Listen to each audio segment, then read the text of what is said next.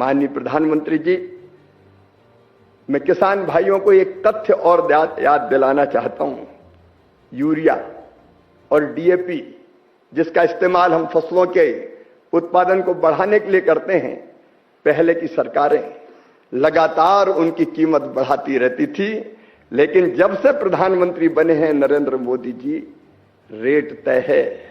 Urea की एक बोरी 266 रुपया में, जो 1700 लगभग 1700 रुपया की सब्सिडी जिस पर दी जाती है, और डीएपी की एक बोरी 1350 रुपया में, जो 3100 रुपया की आती है।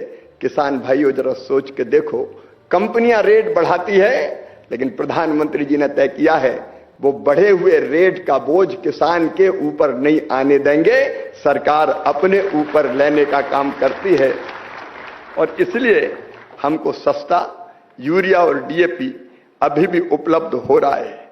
किसान भाइयों, छोटे किसान, लघु किसान, सीमांत किसानों को किसान क्रेडिट कार्ड के माध्यम से पिछले साल ही 24-25 में केवल फसलों के लिए जो ऋण लेते हैं 10 लाख करोड़ रुपए से ज्यादा की राशि मिली है।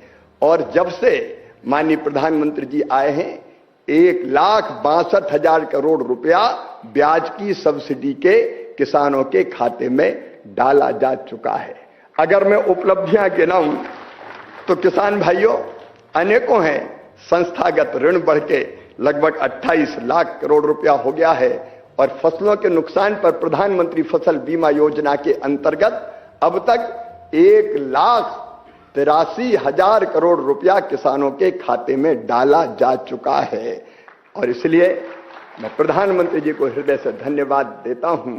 प्रधानमंत्री जी के नेतृत्व में पिछले 10-11 सालों में खाद्यान्न का उत्पादन रिकॉर्ड बढ़ा है 40% से ज्यादा।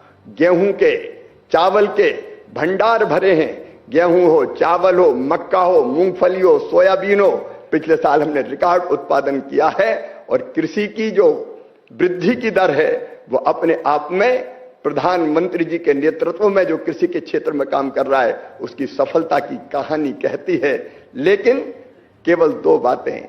एक, दालों का आपने प्रधानमंत्री जी आह्वान किया था, उत्पादन तो बढ़ा है लेकिन खपत और बढ़ गई है। खपत इसलिए भी बढ़ गई कि आजकल क्रय शक्ति बढ़ी है, तो हर व्यक्ति पोषक आहार ग्रहण करना चाहता है। उस